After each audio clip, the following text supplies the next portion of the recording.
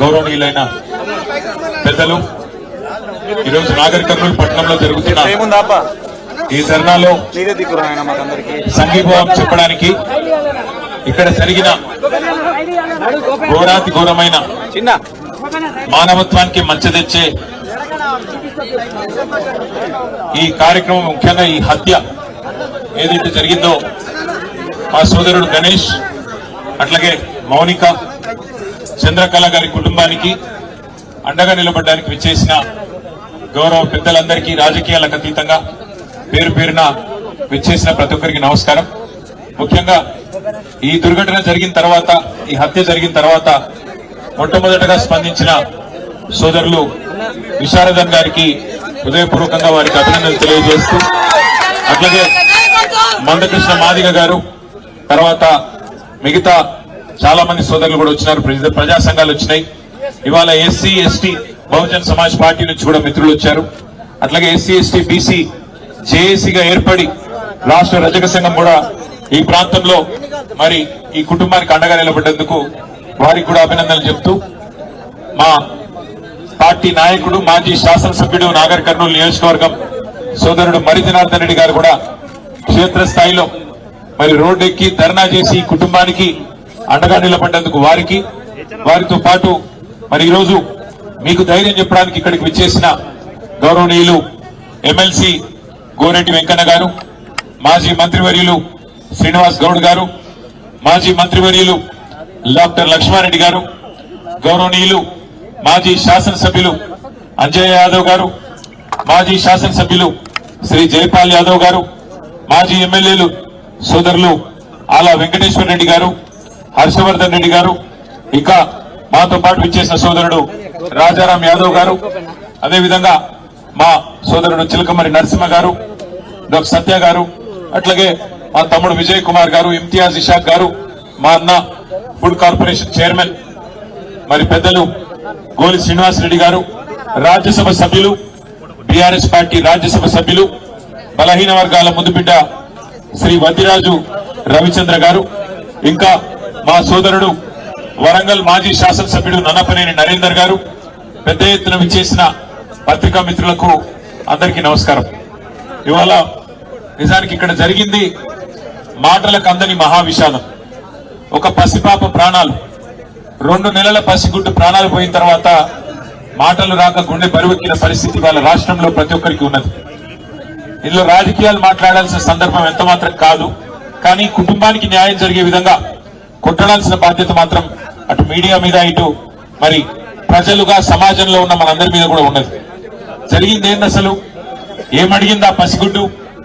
కుమ్మెరలో మల్లన్న జాతర జరిగితే ఆ మల్లన్న జాతరలో దర్శనం అడిగింది, దేవుడికి దండం పెట్టుకునే అవకాశం అడిగింది ఆ తల్లి చంద్రకళ. అడిగితే దేవుడి దర్శనం అడిగిన పాపానికి, దేవుడికి సేవ చేసుకునే, దేవుడిని దర్శించుకునే అవకాశం ఏమని అడిగితే ఇవాళ జరిగిన దాడి మానవత్వానికి మచ్చ. నిజంగా చెప్పాలంటే ఈ తెలంగాణ సమాజమే తలదించుకునే ఒక దుర్మార్గమైన ఘటన మన కుమ్మెరలో జరిగింది. ఒక్కసారి ఆలోచించమని చెప్పి నేను కోరుతా ఉన్నా ఇక్కడికి వచ్చిన మిత్రులందరినీ. మనం నిజంగా ఏ టైంలో ఉన్నాము, ఏ శతాబ్దంలో ఉన్నాము, జరుగుతున్న ఈ పరిస్థితి ఏంది ఒకసారి ఆలోచన చేయాలి. ఇంకా ఈ టైంలో 21వ శతాబ్దంలో కులాలు మతాల పేరిట చిన్నగా చూడడం, అవమానించడం, ఇవాళ ఇంకా కూడా అధికారాన్ని అండగా పెట్టుకొని హత్య రాజకీయాల్ని, హత్య చేసిన హంతకులని కాపాడే ప్రయత్నం జరగడం నిజంగా సిగ్గుచేటు. ఇందులో నేను ఈ ఒక్కరినో ఆ ఒక్కరినో నిందిస్తలేను. ఇందులో హంతకులకు అండగా నిలబడ్డ ప్రతి ఒక్కడు, వాడు ఎవడైనా గాని, వాడు దోషి. రాష్ట్ర ముఖ్యమంత్రి అయినా, స్థానిక ఎమ్మెల్యే అయినా, స్థానిక ఎంపీ అయినా, ఎవరైనా కూడా ఈ తప్పు, ఆ పసిగుడ్డు ప్రాణాలు తీసిన హంతకులకు అండగా నిలబడ్డ వారు ఎవరైనా సరే వారిది ఖచ్చితంగా తప్పే. ఏమడిగిందా పసిగుడ్డు? మీరు ఎక్కి కులుకుతున్న గద్దెని అడిగిందా? మీరు పోగు చేసుకుంటున్న మూటల ముళ్ళు అడిగిందా? అడిగింది మల్లన్న దర్శనం.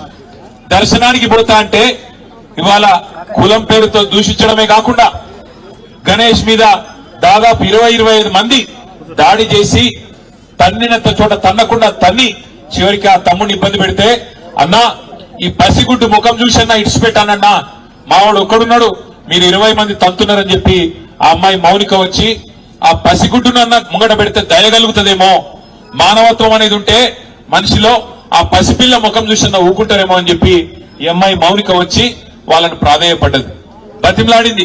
అన్నా వదిలిపెట్టండి అన్నా, చచ్చిపోతాడన్నా, కుట్టకండి అన్నా, పసిగుడ్డు ముఖం చూసి తండ్రిని వదిలిపెట్టండి అన్నా అని అడిగితే, దుర్మార్గుడు మానవ మృగం లాంటి మనిషి వాడెవడో చెత్తనా కొడుకు, వాడు కాలితో తంతే ఆ పాపని, ఇవాళ పాప చనిపోయింది. ఇట్లాంటి మానవ మృగాల్ని మరి శిక్షించాల్సిన పోలీసులు ఏం చేస్తున్నారని నేను అడుగుతా ఉన్నా. మరి మౌనిక పోయి, గణేష్ పోయి, మా బిడ్డ మీద దాడి జరిగింది, మా మీద దాడి జరిగింది, దయచేసి కంప్లైంట్ తీసుకోండి అంటే, లేదు లేదు మీరు సరిగ్గా రాసియలేదంటాడట. నేను అడుగుతున్నా పోలీస్ అధికారిని, నీకు ఉద్యోగం ఇచ్చింది ఈ రాష్ట్రం, నీకు జీతం ఇచ్చేది ఈ రాష్ట్ర ప్రజలు, రేవంత్ రెడ్డి కాదు, ఆయన తొత్తులు కాదు. నువ్వు చేయాల్సింది, సేవ చేయాల్సింది బాధితులకు. ఎవరి మీద అయితే దాడి జరిగిందో వాళ్ళు వచ్చి నీకు షికాయత్ చేస్తే, కంప్లైంట్ ఇస్తే అది కరెక్ట్ గా లేదంటవా? సోమోటోగా తీసుకోవాలి. నువ్వు తప్పు జరిగితే సోమోటో తీసుకోవాలి. సోమోటో అంటే నీ అంచట నీవే స్వచ్ఛందంగా తీసుకోవాలి. వాళ్ళు షికాయత్ చేసే అవకాశం కూడా ఇవ్వద్దు. కానీ నువ్వేం చేసినావు? ఇవాళ బాధితులు వచ్చి నీ తరపు నీకు ఫిర్యాదు చేస్తే సిగ్గు లేకుండా అధికార పార్టీ నాయకులకు ఫోన్ చేసి, అయ్యా మీ మీద కంప్లైంట్ వచ్చింది, మీరు వచ్చి కౌంటర్ కంప్లైంట్ ఇవ్వండి అని చెప్పి నువ్వే వాళ్ళను ప్రేరేపించి, సిగ్గు లేకుండా చేస్తున్న, వేసుకున్న యూనిఫామ్ కి విలువ లేకుండా, చేస్తున్న ఉద్యోగానికి విలువ లేకుండా, పోలీసు అనే ఒక గౌరవం కూడా కోల్పోయే విధంగా ఇవాళ మీరు వాళ్ళని కాపాడే ప్రయత్నం చేస్తున్నారు. ఆ పాప చనిపోతే పెట్టాల్సిన కేసు ఏంది? హత్య కేసు కాదా? ఆ 8 మంది ఎవరైతే దాడి చేసిండ్రో వాళ్ళని జైల్లో పెట్టొద్దా? సిగ్గుందా ఈ నాగర్ కర్నూలు పోలీస్ యంత్రాంగానికి నేను అడుగుతా ఉన్నా. ఇవాళ రోడ్డెక్కి ఆ తల్లి బిడ్డ చనిపోయి ఇంకా 3 రోజులు కాలే. ఆ తల్లి ఇవాళ ఆ బిడ్డకు పాలియాల్సిన టైంలో ఇక్కడ కన్నీళ్లతో రోడ్డెక్కి చౌరస్తాలో అంబేద్కర్ సాక్షిగా కూర్చుంటే, ఈ స్థానిక యంత్రాంగం, జిల్లా యంత్రాంగం ఆ బిడ్డతో పాటు రాజ్యాంగాన్ని కూడా ఖననం చేసిన మాట వాస్తవం కాదా? డాక్టర్ బాబాసాహెబ్ అంబేద్కర్ విగ్రహం సాక్షిగా ఇలా తల్లి అడుగుతున్నది ఏంది? న్యాయం కాదా? ఏం అడుగుతున్నది ఆమె? అన్నా నేను అడిగిన ఆ అమ్మాయికి చెప్పిన చంద్రకళ గారికి, అమ్మా నీ కొడుకుకు, నీ కుటుంబానికి నేను అండగా ఉంటా, ఓ 10 లక్షల రూపాయలు పెట్టి ఇల్లు కట్టిస్తా అంటే ఆ చంద్రకళ ఏమన్నదో తెలుసా నాతో? అన్న అది తర్వాత సంగతి అన్నా, మీరు ముందు వాళ్ళకి శిక్ష పడేటట్టు చేయండి, మీరు అసెంబ్లీలో మాట్లాడండి, మీరు మొత్తం రాష్ట్రం దృష్టికి తీసుకొని పోండి, మాకు సాయం చేసేది మీరు తర్వాత చేయండి పర్వాలేదు, కానీ ముందు ఆ తల్లి బిడ్డలు కోల్పోయిన తల్లి, బిడ్డని కోల్పోయిన ఆ తండ్రి, వారి ఆవేదనకు మీరు న్యాయం చేయండి అని మాత్రమే చంద్రకళ వాళ్ళ నాయనమ్మ కోరుతున్నది.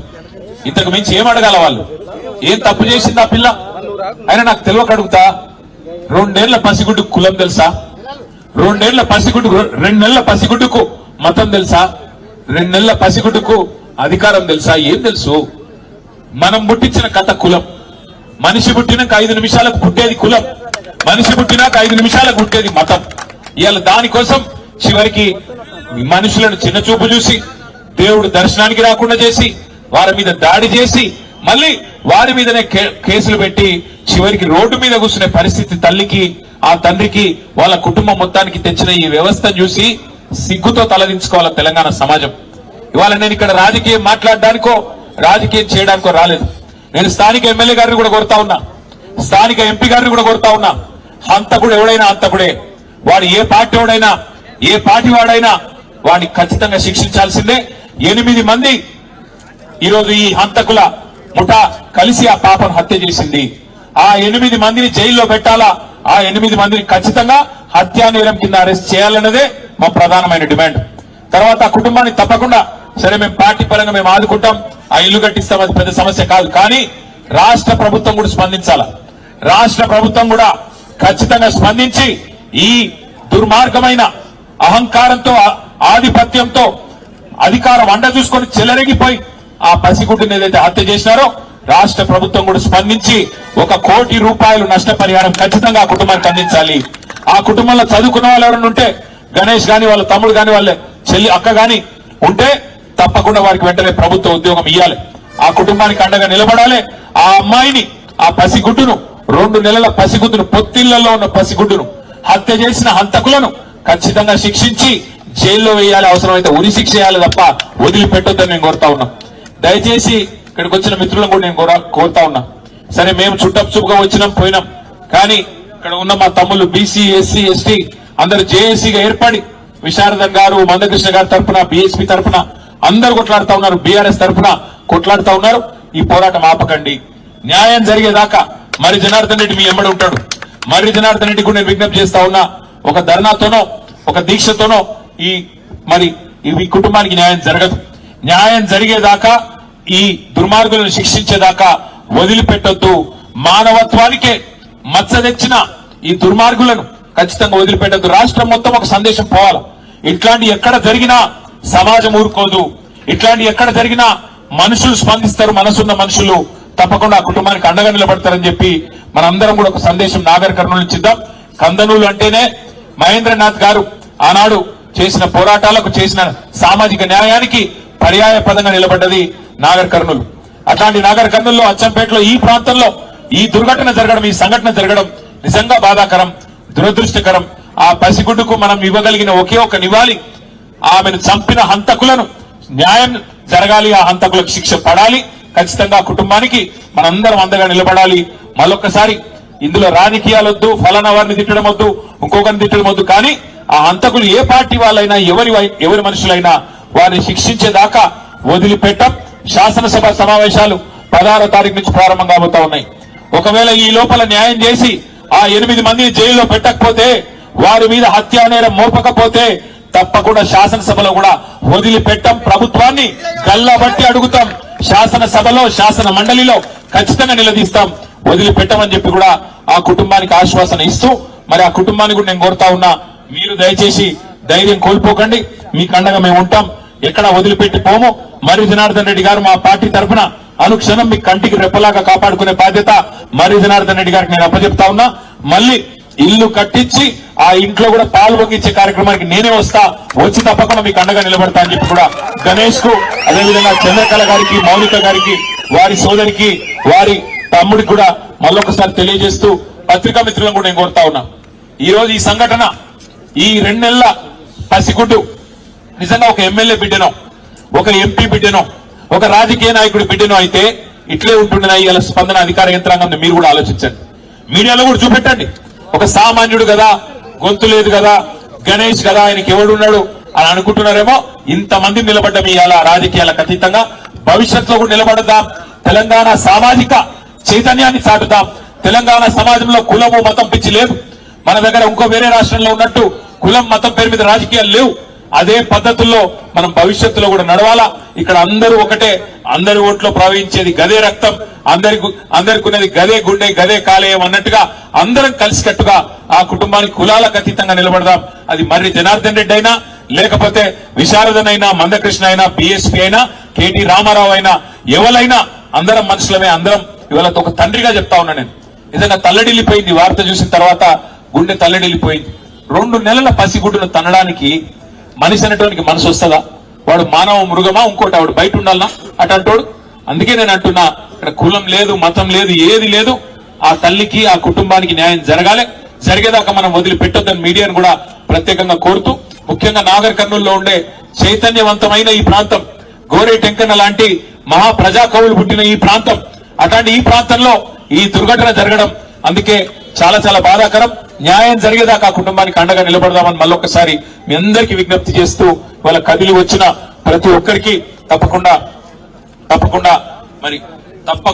ధన్యవాదాలు తెలియజేస్తూ, గణేష్ కు, చంద్రకళ గారికి, మౌనికకి మీకు అండగా నిలబడతాం. మీకు అండగా కేసీఆర్ గారు ఉన్నారు, మేము అందరం ఉన్నాం, భయపడవద్దని చెప్పి కూడా మళ్ళొకసారి వారికి హామీ ఇస్తూ, ప్రత్యేకంగా మళ్ళొకసారి మీ అందరికి నమస్కారం. జై భీమ్, జై తెలంగాణ. వారికి తక్షణ సహాయం కింద పార్టీ తరఫున 1 లక్ష రూపాయలు సాయం చేయడానికి వచ్చినాము. ఇది మాత్రం కాదు, ఆ కుటుంబానికి అండగా నిలబడి 10 లక్షల రూపాయలతో వారికి ఇల్లు కట్టించి వారికి తప్పకుండా గృహప్రవేశానికి కూడా నేను వస్తాను, ఏదైతే మాట ఇచ్చినో తప్పకుండా నిలుపుకుంటా అని చెప్పి కూడా తెలియజేస్తూ, అమ్మాయికి తక్షణ సాయం కింద 1 లక్ష రూపాయలు పార్టీ తరఫున అందజేస్తా ఉన్నాం. Thank you.